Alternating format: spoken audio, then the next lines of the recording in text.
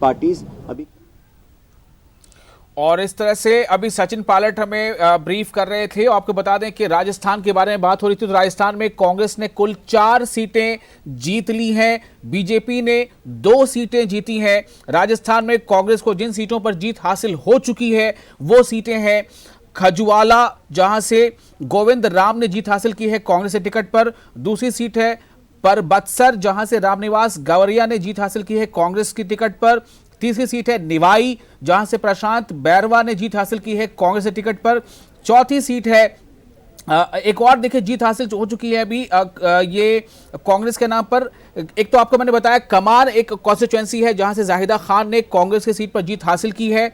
और बाड़मेर जिले के बाड़मेर कॉन्स्टिट्यूएंसी से मेवाराम जैन ने कांग्रेस से जीत हासिल कर ली है। तो कांग्रेस की कुल अब जाकर 5 सीटें हो गई जीत में जो बदल चुकी हैं।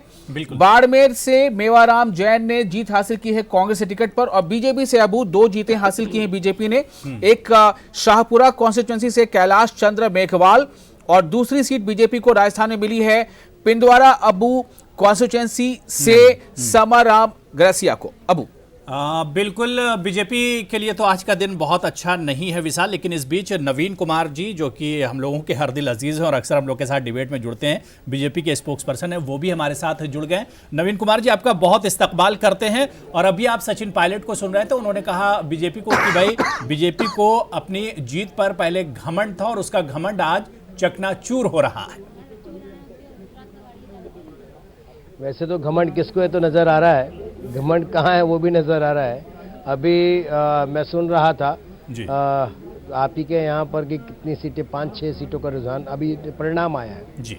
और अभी जो रुझान है उसमें भारतीय जनता पार्टी को राजस्थान में 84 और कांग्रेस उसके साथियों को मिलाकर के 92 के आसपास दिखा रहे हैं। मैं एक बात कहना चाहता हूँ कि आज इस बार के जो चुनाव परिणाम है वो आते आते देर होगी, 5 बज जाएंगे। उसका सबसे बड़ा कारण ये है कि पहली बार ऐसा है कि चुनाव के जितने राउंड हो रहे हैं जी, उस राउंड के बाद चुनाव आयोग उन मतों का एक सर्टिफिकेट उम्मीदवारों को इशू कर रहा है। इसके कारण उसमें समय लग रहा है जी। तो इसलिए जो 12-1 बजे तक आते जाते रुझान को पहले परिणाम मान लिए जाते थे लगभग कि वो इसी प्रकार के होंगे, इस बार समय लगने वाला है। और बहुत अधिक सीटों पर, बहुत अधिक जगह पर मार्जिन नहीं है। 300-400 जो मेरी बात हुई है, और कई जगह 550-700 तक ऐसी 15 से 20 सीटें हैं जिसका केवल इतना ही अप एंड डाउन्स है।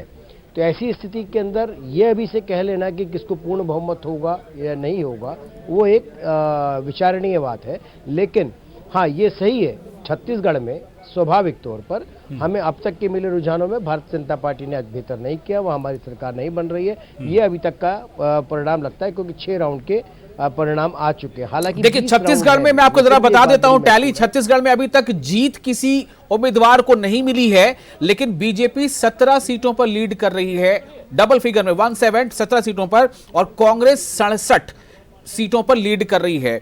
और जेसीसी यानी जोगी छत्तीसगढ़ कांग्रेस जो है प्लस उसके साथ बीएसपी भी आप जानते हैं, वो 5 सीटों पर लीड कर रही है। जीत अभी किसी को नहीं मिली है। तो 90 यानी कि 45 + 1 46 चाहिए हुकूमत बनाने के लिए। कांग्रेस अकेले वहां 67 सीटों पर लीड कर रही है। नवीन कुमार जी, हाँ, मैंने वही कहा कि छत्तीसगढ़ के परिणाम हमारे फेवर में नहीं है। हालांकि काम बहुत किया, 15 साल वहाँ पे सरकार रही है, 15 साल तक वहाँ की जनता ने भारतीय जनता पार्टी के प्रति अपना विश्वास जताया है। और अभी भी ऐसा नहीं कि उन्होंने अविश्वास किया। वोट प्रतिशत देखोगे तो हार्डली 1.5%, 1 और 1.5 पिछले समय था, अभी पहले थोड़ी देर पहले था। सर वोट प्रतिशत का मतलब सिर्फ उन्हीं के लिए होता है जो जब जिनको लगता है कि बाजी जा रही है। ये वोट प्रतिशत सरकारें बनने के लिए वोट प्रतिशत का मामला ही नहीं रह जाता। मैं सबकी बात कर रहा हूं, ऐसा नहीं है कि कोई आपके साथ या किसी और के साथ। अगर मिजोरम में कांग्रेस कहते कि वोट परसेंट में बहुत आगे निकल गए, फायदा क्या हुआ, सरकार तो आप बना नहीं रहे। बात यहाँ पर ठीक है, वो बहस के लिए एक टैली होती है। लेकिन मिजोरम में कांग्रेस का वोट प्रतिशत 18 है और भाजपा का 36 है, अंतर है। और तेलंगाना